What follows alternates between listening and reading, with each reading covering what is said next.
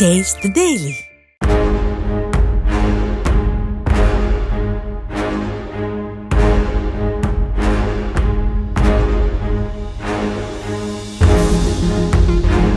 தூத்துக்குடி மாவட்டம் கோவில்பட்டி அருகே ஆடு மேய்த்துவிட்டு மாலையில் வீடு திரும்பிக் கொண்டிருந்த மூதாட்டி ஆச்சியம்மாள் ஆடுகளுடன் மரத்தடியில் ஒதுங்கிய போது திடீரென மின்னல் தாக்கியதில் உயிரிழந்தார்.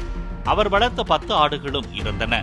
தகவல் அறிந்து சென்ற போலீசார் மூதாட்டி உடலை பிரேத பரிசோதனைக்கு அனுப்பி வைத்து வழக்கு பதிவு செய்து விசாரணையில் ஈடுபட்டனர்.